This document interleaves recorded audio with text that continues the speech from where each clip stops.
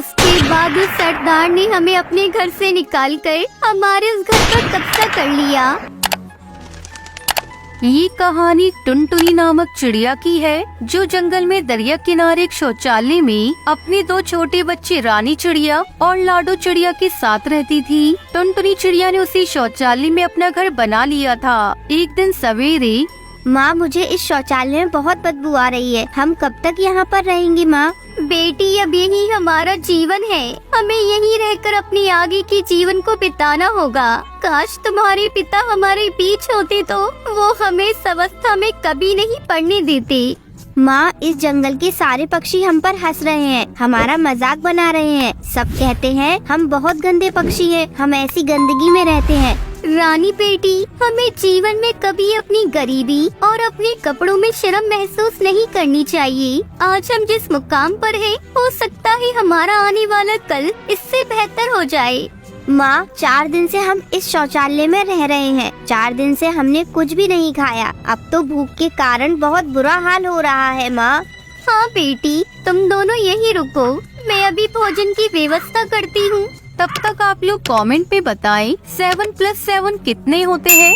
टुनटुनी चिड़िया वहाँ से उड़कर जंगल में आती है और काफी समय तक इधर से उधर चक्कर लगाती है, पर उसे कुछ खाने को नहीं मिलता। आखिरकार वो थक हार कर एक डाल पर जाकर बैठ जाती है। हे भगवान, कब तक मुझे और मेरे बच्चों को इस गरीबी की अवस्था में रहना होगा? 4 दिन से मेरे बच्चे भूखे प्यासे शौचालय में रह रहे हैं और मैं अपने बच्चों की भूख कैसे मिटाऊं? कहां से अपने बच्चों के लिए भोजन लाऊं? तभी वहाँ पास में कालू कौवे का घर था, जो बड़ा ही धनी पक्षी था। वो अपने घर के बाहर आता है और अपने घर में रखा 2 दिन का बासी भोजन लाकर घर के बाहर फेंक देता है। ये देखकर टुनटुनी चिड़िया तुरंत उस भोजन के पास जाती है, जिस पर बहुत सारी मक्खियाँ उड़ रही थी और बहुत ही बदबू आ रही थी। अरे ये तो जरा सा ही भोजन है, अगर मैंने इसमें से थोड़ा खा लिया तो मेरे बच्चे भूखे रह जाएंगे, उनका पेट सही से नहीं भरेगा, क्या करूं? तभी टुनटुनी चिड़िया को उस भोजन पर बैठी चींटियां दिखाई देती है। चलो मैं इन चींटियों को ही खाकर अपना पेट भर लेती हूँ, कम से कम मेरे बच्चों के लिए भोजन तो साफ सुथरा हो जाएगा। माँ अपने बच्चों के खातिर उस भोजन में लगी सारी चींटियों को खा लेती है और उस भोजन को साफ सुथरा करके अपने बच्चों के पास ले आती है। खाना देखकर दोनों बच्चे झटपट उस खाने को खा जाते हैं। 4 दिन के बाद आज भरपेट भोजन करने को मिला।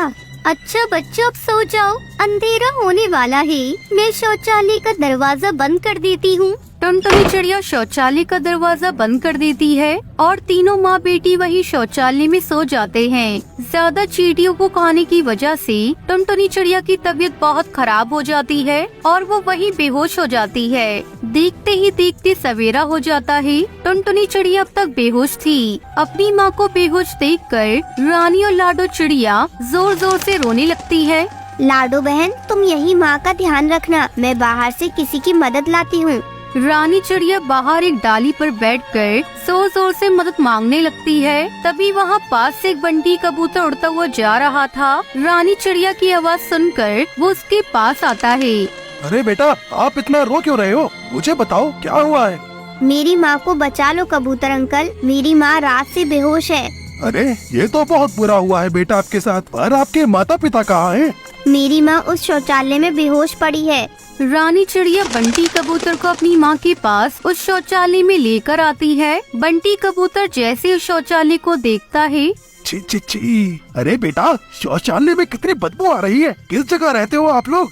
हम यहीं पर रहते हैं अंकल। बंटी कबूतर जैसे ही टुनटुनी चिड़िया को बेहोश शौचालय में देखता है, उसके होश उड़ जाते हैं। ये तो मेरे बचपन की दोस्त टुनटुनी चिड़िया है। अरे टुनटुनी उठाओ, अरे तुम यहाँ पे कैसे आ गई? टुनटुनी चिड़िया होश में आ जाती है। वो जैसे ही बंटी कबूतर को देखती है, उसके भी होश उड़ जाते हैं। अरे बंटी, तुम यहाँ कैसे? अरे मेरे बच्चों, तुम ठीक हो ना? माँ, आप रात भर बेहोश थी और मैं इन अंकल को मदद के लिए लाई हूँ। टुनटुनी, ये सब क्या हो गया तुम्हारे साथ? तुम तो अपने पति के साथ बहुत खुश थी, फिर तुम्हें इस गंदे शौचालय में क्यों रहना पड़ रहा है? बंटी, मैं तो अपने पति के साथ अपने बड़े से घर में बहुत खुश थी, पर एक दिन न जाने किसकी नजर हमारी खुशियों पर लग गई। ये बहुत लंबी कहानी है। एक दिन हमारे घर में जंगल का सरदार साथी पक्षियों के साथ मेरे घर आया। वही टुन्नू, ਤੁਹਾਡਾ ये घर मैनू बहुत चंगा लगता सी। बोलो कितने पैसे चाहिए? तुम्हारा घर मुझे बहुत पसंद है। भाई मुझे घर नहीं बेचना है, मैंने बड़े अरमानों से ये घर बनाया है। घर तुम्हें बेचना ही होगा चिड़े, क्योंकि एक बार जो मुझे चीज पसंद आ जाती है मैं उसे हासिल करके ही रहता हूँ। मैंने कहा ना एक बार, मुझे नहीं बेचना, अब तुम जाओ यहाँ से। उस वक्त सरदार अपने साथियों के साथ वहाँ से उठकर चला जाता है। ये सब क्या हो रहा है? ये सरदार क्यों हमारे घर के पीछे पड़ा है? तुम चिंता ना करो टुनटुनी, मैं उसे सबक सिखा कर रहूंगा और हमारा ये घर हमसे कोई नहीं छीन पाएगा। चलो मैं जंगल से राशन लेकर आता हूँ। ये कहकर टुन्नू चिड़ा अपने घर से निकलकर जंगल की ओर जाता है। तभी रास्ते में उसे सरदार और उसके साथी पक्षी मिलते हैं। ए चिड़े, अपने घर पर तो तू बहुत होशियार बन रहा था ना, अब देख तेरा क्या हासिल करते हैं। तेरा वो घर तो मैं लेके ही रहूंगा। सरदार कौवा उसके साथी पक्षी टुन्नू चिड़ा को इतना मारते हैं कि टुन्नू चिड़ा की वही मृत्यु हो जाती है। उसके बाद उस सरदार ने हमें अपने घर से निकालकर हमारे उस घर पर कब्जा कर लिया। तब से हम भूखे प्यासे शौचालय को ही अपना घर बनाकर इसमें रहने लगे। किसी ने हमारी सहायता नहीं की। मेरे पति भी मुझसे दूर चले गए। तुम्हारे साथ तो बहुत ही बुरा हुआ, पर तुम चिंता ना करो, अब मैं आ गया हूँ। चलो अब तुम तीनों मेरे घर चलो और हमेशा मेरे साथ ही रहना। बंटी कबूतर टुनटुनी चिड़िया उसके बच्चों को लेकर अपने बड़े से घर में आता है और उन्हें सदा के लिए अपने पास ही रख लेता है। उस दिन से टुनटुनी चिड़िया और उसके बच्चों का जीवन एकदम से बदल गया और वो अपने जीवन में बहुत खुश रहने लगे। ये कहानी शिमला जंगल की है। उस जंगल में बहुत सारी चिड़िया रहती थी। उसी जंगल में टुनटुनी नाम की चिड़िया थी। टुनटुनी चिड़िया अपने पति बंटी कबूतर के साथ एक पेड़ पर रहती थी। उसी जंगल में कालू कौवा रहता था। वो बहुत ही दुष्ट कौवा था। जब भी कोई पक्षी अंडा देता था तो कालू कौवा छुपके से जाकर अंडा चुरा लेता था और नीचे फेंक देता था, जिससे कि अंडा फूट जाता था। सारे पक्षी कालू कौवे से बहुत परेशान थे। एक दिन की बात है, टुनटुनी चिड़िया अपने पति बंटी कबूतर से कहती है, सारे पक्षियों के अंडे कालू कौवा चुरा कर ले जाता है, या तो फिर उन्हें वही घोंसले में फोड़ देता है। और मैं नहीं चाहती कि मेरे बच्चे पैदा होने से पहले ही मर जाएं। तुम चिंता क्यों करती हो टुनटुनी, मैं तुम्हारे संग हूँ ना। देखता हूँ वो काला दुष्ट कौवा कैसे हमारे अंडों को चुरा कर लेके जाता है। और देखना जल्दी हमारी गोद में हमारे 2 नन्हे नन्हे बच्चे होंगे। कितने वर्षों की तपस्या के बाद तुम अंडे दे पाई हो। मुझे तो हर समय यही परेशानी खाई जा रही है। कुछ दिनों तक हमें अपने अंडों की बड़ी सावधानी से रक्षा करनी होगी।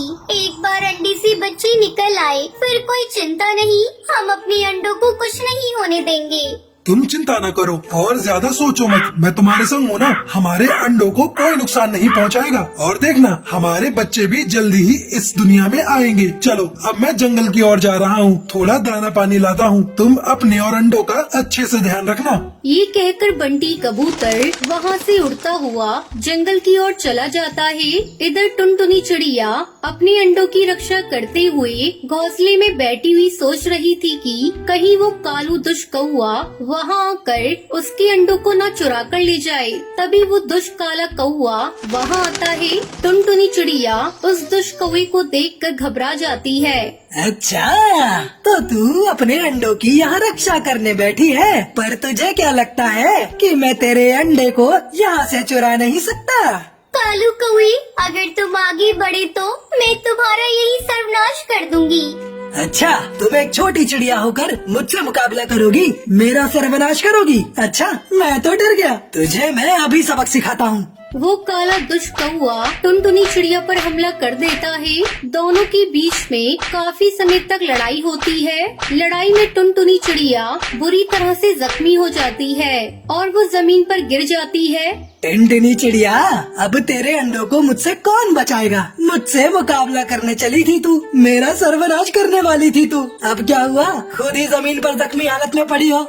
देखो, कोई नुकसान मत पहुंचाना, मैं तुम्हारे आगे हाथ जोड़ती हूँ। तुम मेरे सामने कितना भी गिड़गिड़ाओ, पर मैं तुम्हारे अंडों को यहाँ से लेकर ही जाऊंगा। आज कोई तुम्हारे अंडों को मुझसे नहीं बचा पाएगा। वो काला दुष्ट कौवा टुनटुनी चिड़िया की एक नहीं सुनता और उसके दोनों अंडों को उठाकर अपने साथ लेकर चला जाता है। टुनटुनी चिड़िया उस काले कौवे के सामने गिड़गिड़ाती रही, पर उस काले कौवे को जरा सी भी चिड़िया पर दया नहीं आई। तभी बंटी कबूतर उड़ता हुआ टुनटुनी चिड़िया के पास आता है। क्या हुआ टुनटुनी, क्या हुआ? तुम रो क्यों रही हो? क्या हुआ तुम्हें? मैंने आपसे कहा था ना कि वो अंडों को यहाँ से चुरा कर ले जाएगा।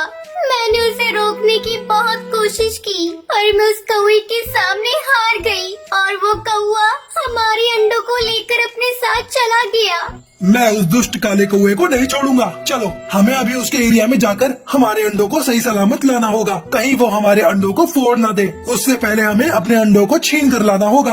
आप सही कहते हो, हमें अभी तुरंत वहाँ जाकर अपने अंडों को लाना होगा। हमें अपने बच्चों को बचाना होगा। कहीं ऐसा ना हो कि हमारे बच्चे इस दुनिया में आने से पहले ही मर जाए।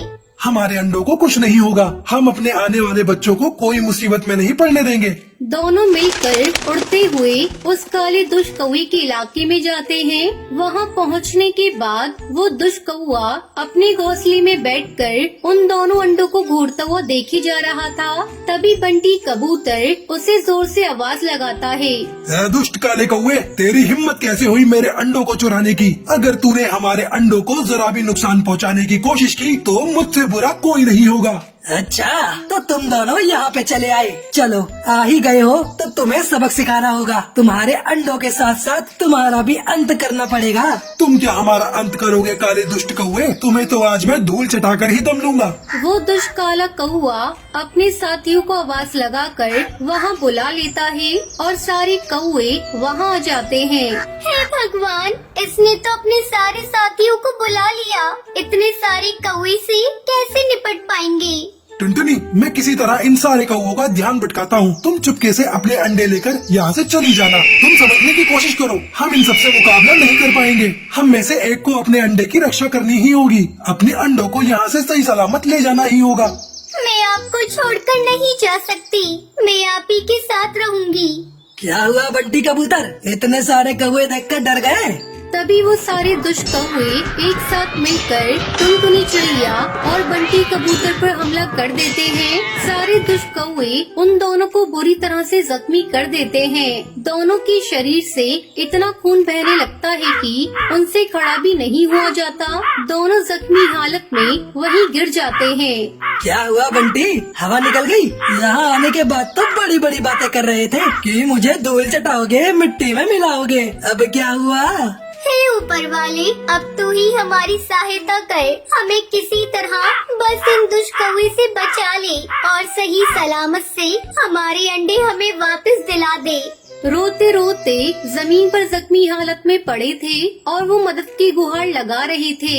तभी अचानक बहुत सारे बाज उड़ते हुए वहाँ आ जाते हैं। दुष्ट काला कौवा ये देखकर घबरा जाता है। क्या हुआ चिड़िया, तुम दोनों इस तरह जख्मी हालत में क्यों पड़े हो? जिगरबाज, इसने अपने साथियों के साथ मिलकर हमें बहुत मारा है। जिगरबाज, तुम यहाँ से चले जाओ। तुम्हारी हमसे कोई दुश्मनी नहीं है। दुश्मन तो तू है इस समय हमारा। सीधे तरीके से इन मासूम चिड़ियों के अंडे वापस कर दो, वरना हम तुम्हें बहुत मारेंगे। लगता है तुम सारे बाज को भी आज सबक सिखाना होगा। बड़े हमदर्द बन रहे हो ना इस चिड़िया के। आज तुम सब गए। चलो साथियों, अटैक करो। ये तो समय ही बताएगा अब कौन किसे धूल चटाता है। सारे बाज मिलकर उन काले कौवे पर हमला कर देते हैं और सारे काले कौवे को बुरी तरह से जख्मी कर देते हैं। चिड़िया उड़ते हुए अपने अंडों के पास जाती है और बंटी और टुनटुनी चिड़िया दोनों मिलकर अपने अंडों को सही सलामत उठा लेते हैं। आज आप सब न होते तो शायद हम उस दुष्ट कौवे से कभी अपने अंडों को नहीं बचा सकते थे। आप सभी के कारण आज हमारे अंडे सही सलामत है। हम आपका ये एहसान जीवन भर नहीं भूलेंगे। अब दोनों मिलकर अपने अंडों को वापस घोंसले में ले जाते हैं। कुछ दिनों बाद उसमें से नन्हे नन्हे बच्चे बाहर निकल आते हैं और वो सभी खुशी खुशी रहने लगते हैं।